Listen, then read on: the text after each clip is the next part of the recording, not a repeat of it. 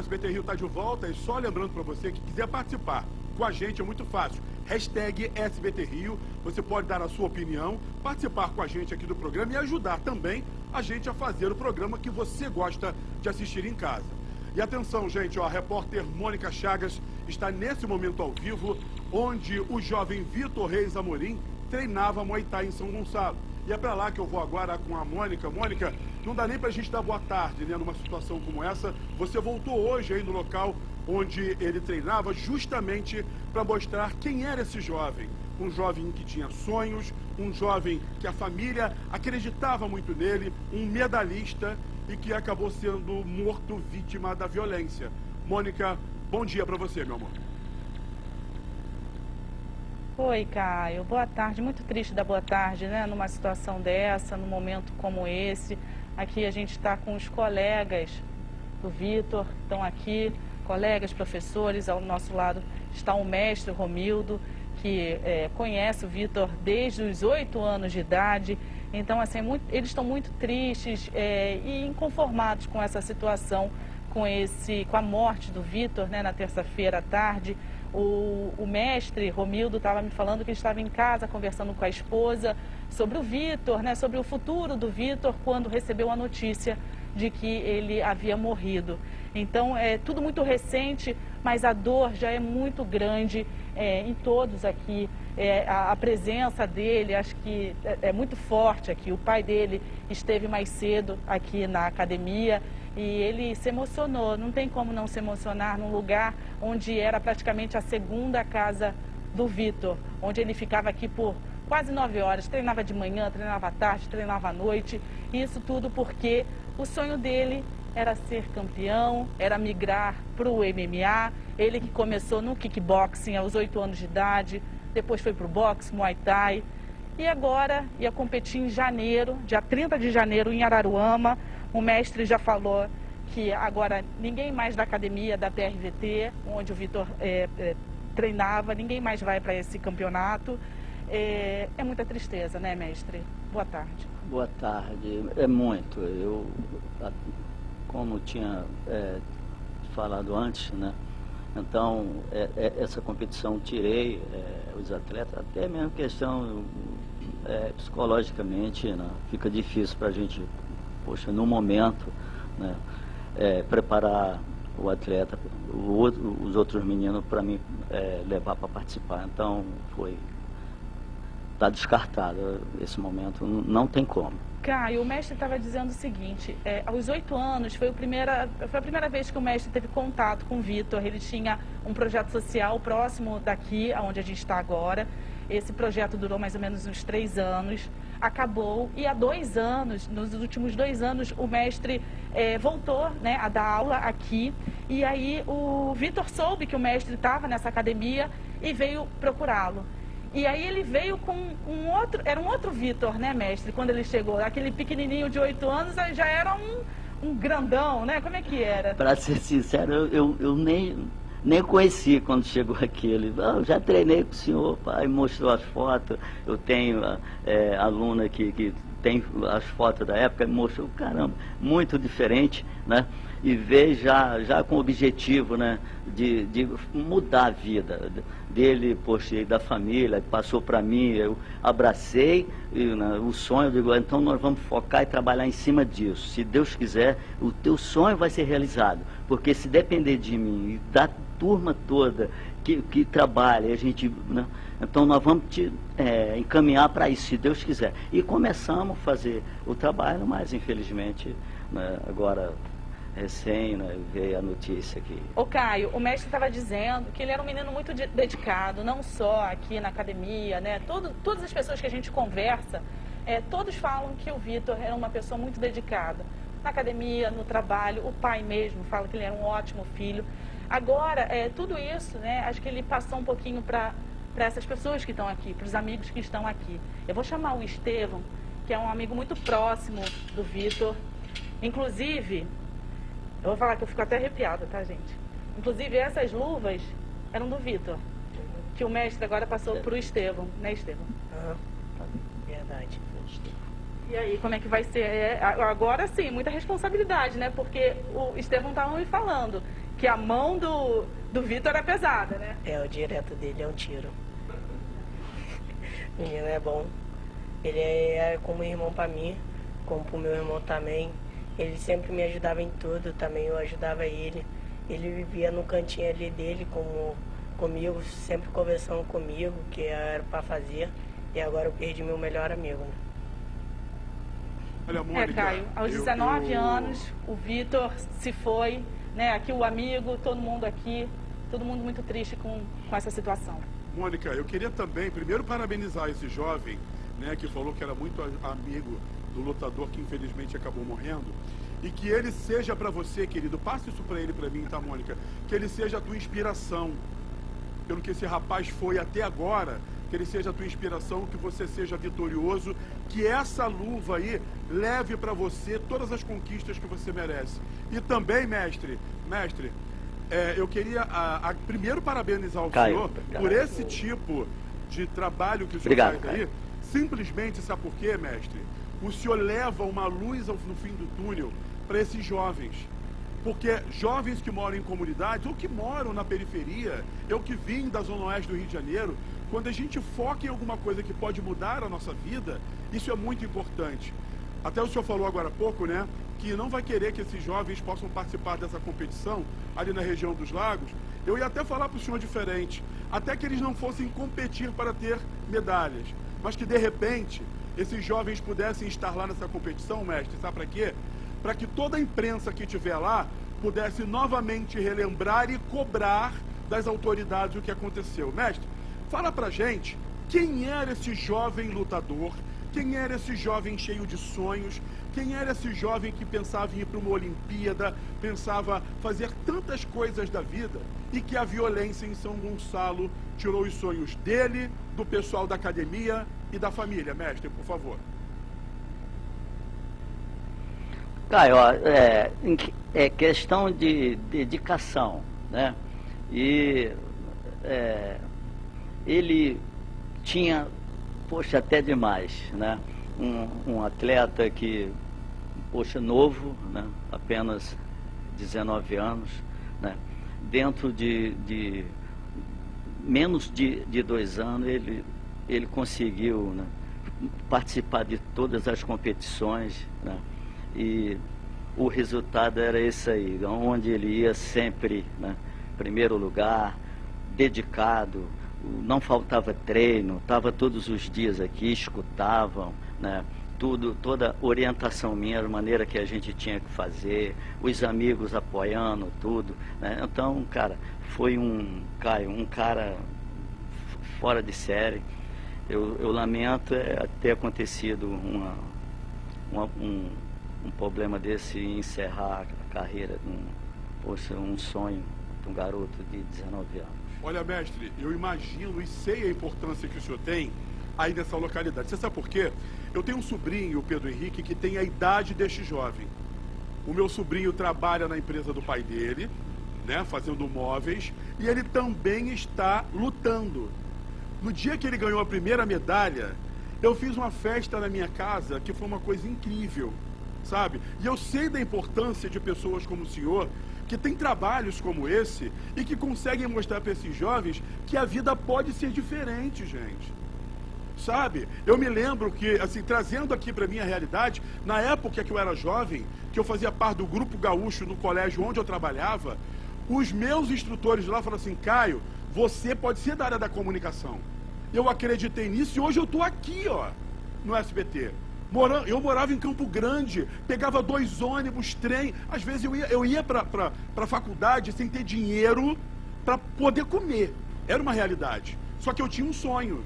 E eu imagino a realidade desse rapaz automaticamente quando ele acredita nisso e vai ali imaginando que a minha vida pode mudar, e a vida muda. Mestre, eu vou pedir o senhor para guardar rapidamente aí com a Mônica, que eu vou trazer uma matéria que foi, né, uma matéria do momento do enterro dele, ainda ontem lá no cemitério, que foi enterrado o corpo do lutador Vitor Reis de Amorim, de 19 anos, no cemitério São Miguel, em São Gonçalo. Esse jovem estava em um bar com amigos quando foi baleado no peito. O sepultamento foi marcado pela dor e revolta. Veja na reportagem dela, Liane Borges. Roda pra mim. Quero é justiça, que esses bandidos cão na cadeia. É isso que eu quero. Eu quero justiça. Quero justiça pela vida do meu filho. A mãe do lutador passou mal durante a despedida, que foi marcada por emoção e homenagens ao jovem. Vitor Reis de Amorim havia completado 19 anos no início do mês. Ele praticava boxe e muay thai, competia e colecionava medalhas. Mas nesta terça-feira foi assassinado com um tiro no peito em São Gonçalo, na região metropolitana do Rio. Lá em casa não tem bandido, não. Eu trabalho de porteiro ali, não vi que era trabalhador. Eu sempre estava falando com ele no Zap, no Face, meu irmão era trabalhador. A minha família não tem bandido, não, vocês podem pesquisar lá.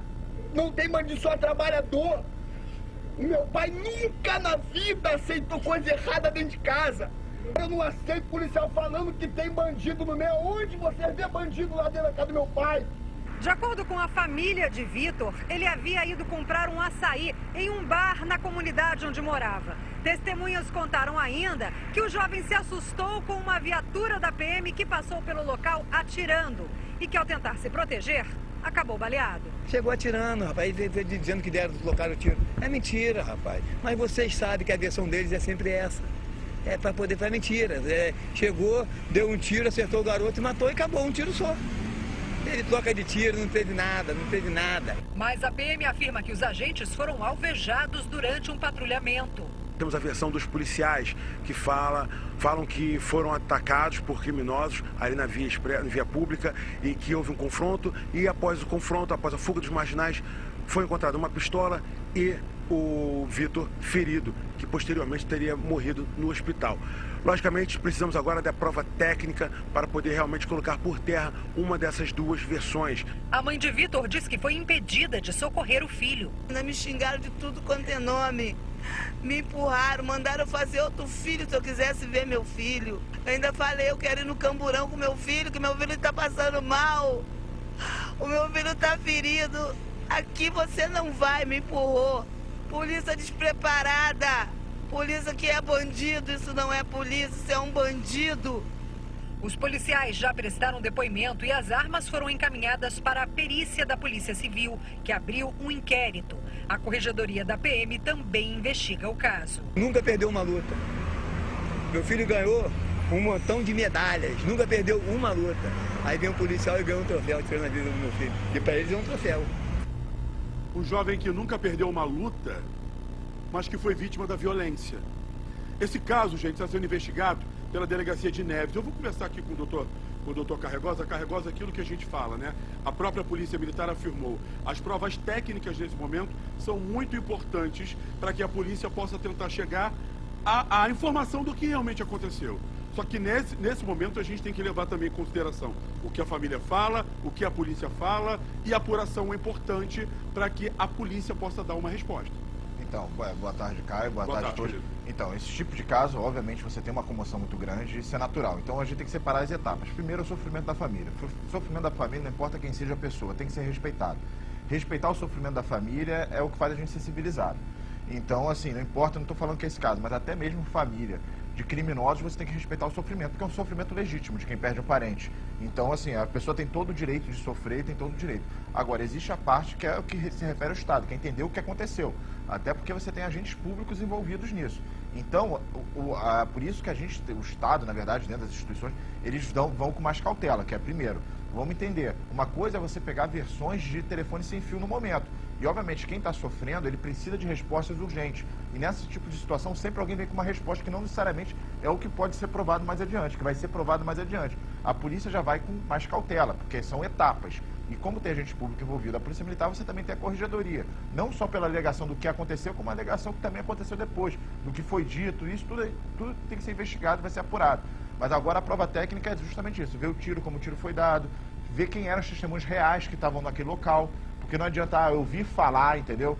Cheguei na hora depois, não. Alguém estava ali junto? Quem viu? E aí você criar o cenário, eventualmente vai ter uma reprodução simulada, muito possivelmente, para você entender exatamente o que aconteceu, para ver qual dinâmica realmente está batendo. E Carregosa, o Estado precisa dar uma resposta para essa família. Você sabe por quê? Não é o primeiro caso de jovem negro seja lutador, seja trabalhador, nessas regiões do estado do Rio de Janeiro, ou na Baixada Fluminense, ou aqui na capital, na região metropolitana, jovens que acabam sendo vítimas dessa violência desenfreada, e a família, as pessoas vêm acusando que foi uma ação da polícia, e de repente a polícia fala que foi atacada a tiros, e essa situação toda, sabe? A gente tem que prestar atenção nisso, porque não pode acontecer a gente ver esse tipo de situação que acontece todos os dias, infelizmente, com pessoas morrendo. Não pode. Exatamente. Assim, aí você tem que separar as situações. Os casos pontuais, obviamente, tem que ser investigados. Então, quando tem morte violenta ou morte suspeita, é interesse, é responsabilidade do Estado apurar o que aconteceu.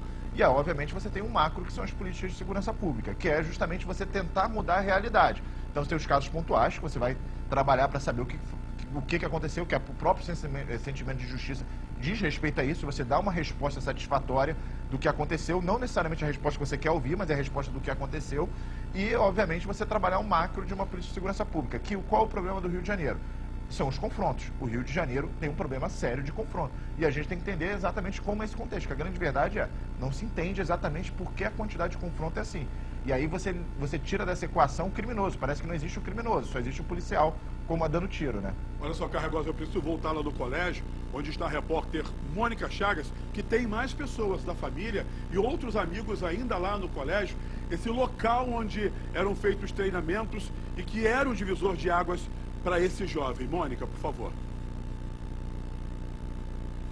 Caio, eu vou te falar que por 4 anos, né, quando eu trabalhei, quando tinha o programa Esporte Mágico, por 4 anos eu entrava nas academias e a gente mostrava os talentos, né, de muitas academias. A PRVT, que é uma delas, né? A PRVT é onde a gente está, onde o Vitor treinava. Eu nunca tinha vindo nessa unidade, mas ontem eu cheguei a comentar, né, da Jéssica Andrade, que é ex-campeã, né, que teve cinturão do MMA, e o Vitor, acho que ele focava também muito nela. A gente está aqui do lado do Gustavo, que é um amigo que treinava com o Vitor, e ele falava que ele era um cara muito quietão, assim, né, mas que era um cara que não... ele ia pra frente, né, E o Vitor, ele era sensacional, cara. Ele...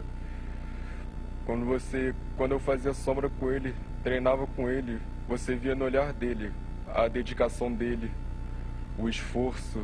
Cada dia que passava, você via ele batendo no saco, você via o suor dele, você via que ele realmente queria seguir o sonho.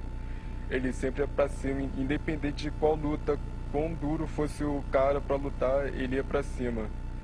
Ele trabalhava no Lava Jato ele também. Ele nunca chegou aqui e virou pra mim e falou, olha, eu não quero treinar hoje, eu tô cansado não. Mesmo ele falava, eu tô cansado, e mesmo assim ele treinava, ele dava aquele soco dele, soco monstruoso. Ele... Vai deixar saudade, né, Gustavo? Obrigada. A gente está vendo muito o lado do Vitor como atleta, e é isso que o seu Valneci, o pai do Vitor, quer mostrar, que ele não era bandido, que ele era um trabalhador, um boxeador, um atleta muito dedicado. E a gente vai ver agora na reportagem. As aulas na academia onde Vitor Reis de Amorim treinava foram suspensas hoje de manhã em sinal de luto pela morte do jovem de 19 anos. Mestre Romildo ainda não se conforma com o assassinato do atleta. Foi uma vida, né? Poxa, não só dele, como machucou todo mundo. Acabou com ele, com a carreira de um garoto de 19 anos, né? Onde eu peguei, poxa, o garoto tinha 8 anos de idade, poxa, veio comigo aí, a gente faz, poxa, um trabalho, poxa, quem é do meio sabe, né? Poxa, para você fazer um atleta em tudo, é difícil, né? Vitor começou no kickboxing ainda criança, aos 8 anos de idade. Há 2 treinava para competir. Vinha de segunda a sábado para o centro de treinamento, que fica no bairro Porto Novo, em São Gonçalo. Nesse período, lutou 20 vezes no boxe e Muay Thai e venceu todas elas. O próximo confronto dele seria no dia 30 de janeiro, em Araruama, na região dos Lagos. Essa competição sua vai ser um atleta duríssimo, né? Então já vamos começar logo. Aí eu fiz o treino com ele aqui, eu fiquei até 9 horas da noite, né? Das 19 às 21 horas, né? Com ele, fiz todo o trabalho, né? mas, enfim, foi a última aula, né? Nem imaginava na minha vida acontecer isso. Seu Vanelci não segurou o choro ao falar do filho como atleta. Aqui é onde ele gostava de ficar, sabe? Aqui, ele vivia aqui. Então o mestre dele aí, que confia nisso aqui, e aí a vida dele era isso aqui, ó. Ele adorava isso aqui. Isso aqui era o sonho dele. E ele buscava o sonho dele aqui dentro.